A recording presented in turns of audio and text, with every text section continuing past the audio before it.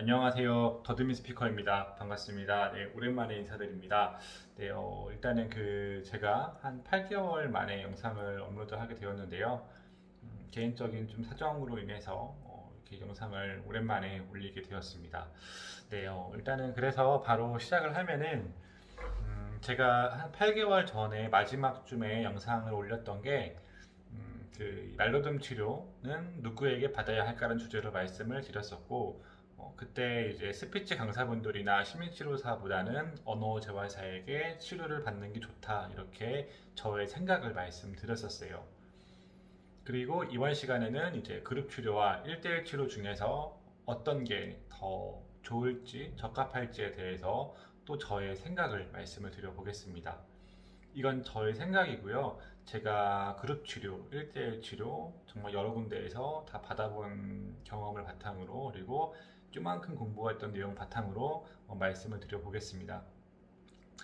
일단 결론부터 말씀을 드리면은 저는 1대1 치료가 우선시 되어야 한다고 생각을 해요. 이제 그 이유는 1대1 치료를 통해서 내가 가지고 있는 이 말로듬에 대한 좀 부정적인 생각들이나 아니면은 언어적인 나쁜 습관들, 아니면은 유발 요인들을 제거나 감소를 시켜주고, 나의 그 생각과 나의 방향에 대해서 정리를 먼저 하고 나서 그룹 치료에 들어가야 한다고 생각을 하고, 이 그룹 치료는 주된 그 치료의 그런 장애 아니고, 그룹 치료는 일종의 좀 보조적인 아니면은 사후적인 그런 치료 방식이라고 생각을 해요.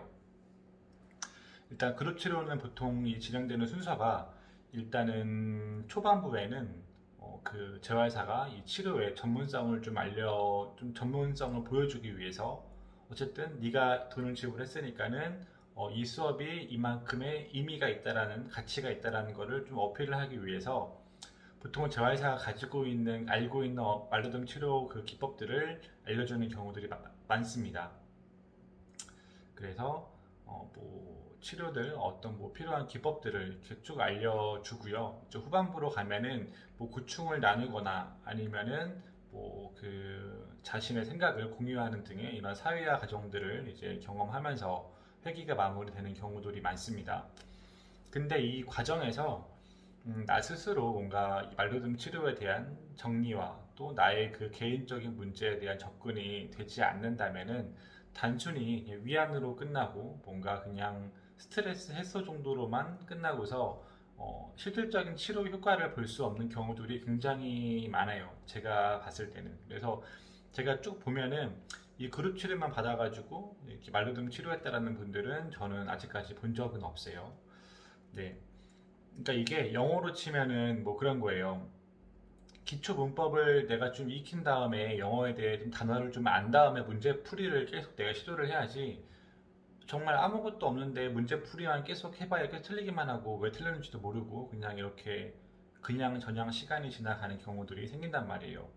이 말려듬 치료도 같은 맥락으로 기본적인 1대1 치료를 통해서 기본적인 정립과 정리가 되어 있는 게 정말 매우 중요한 부분이라고 생각을 해요.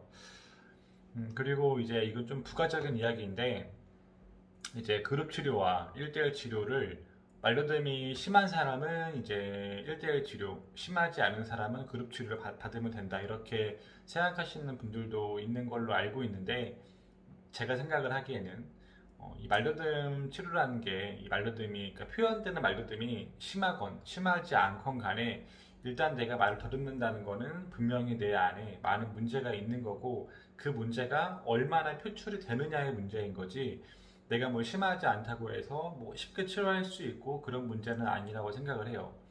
이거 우리 그 신체로 좀 예를 들면은, 내 몸속에 정말 요만한 암세포가 있어요. 이 세포가 엄청 작다고 해서 수술할 필요가 없는 건 아니거든요. 세포가 아무리 작아도 결국엔 수술을 해야 돼요. 이 말로듬도 내가 말을 심하게 더듬건 더듬지 않건 어쨌든 나의 문제는 다 드러내고서 내 안을 파고들어서 내 문제를 치료하는 접근을 해야 한다고 생각을 합니다. 그래서 오늘의 결론, 저는 1대1 치료로 치료를 받는 게 조금 더 효과적이고 더 맞다. 그리고 그룹 치료는 좀 치료가 진행이 된 이후에 나의 문제를 조금 더 깊숙이, 사후적인 그런 치료 방향이다 이렇게 생각하고 있다는 점 말씀드리겠습니다.